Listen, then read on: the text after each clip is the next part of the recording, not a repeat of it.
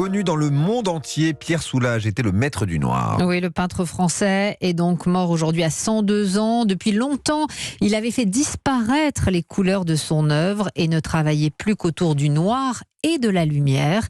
Marie Jiquel retrace sa carrière. Pierre Soulages était un intuitif, un sensible, qui enfant déjà avait déclaré « L'art sera la chose la plus importante de ma vie ». Alors bien sûr, la première image qui nous vient en tête à l'évocation du nom Soulages, c'est le noir qu'il déclina en monochrome pendant plus de 40 ans. Le noir, la couleur du deuil, qu'il rencontra dès l'âge de 7 ans à la mort de son père. Le noir, il a toujours été avec moi.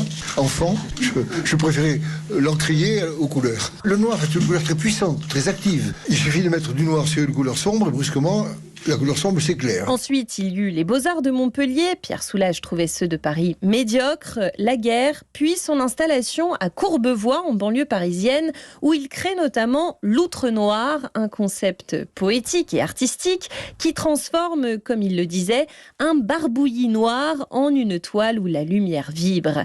De Soulages, il reste ses toiles chargées de cette matière noire. La plupart sont visibles à Rodez dans son musée, mais il reste aussi les vitraux de l'abbaye de Conques dans l'Aveyron. 7 ans de travail et 104 verrières aux différentes opacités. C'était ça, l'art de Soulages, le triomphe de la lumière là où on ne l'attend pas. Pierre Soulages qui laisse derrière lui Colette, 101 ans. Ils venaient de fêter leurs noces de chêne, leurs 80 ans de mariage.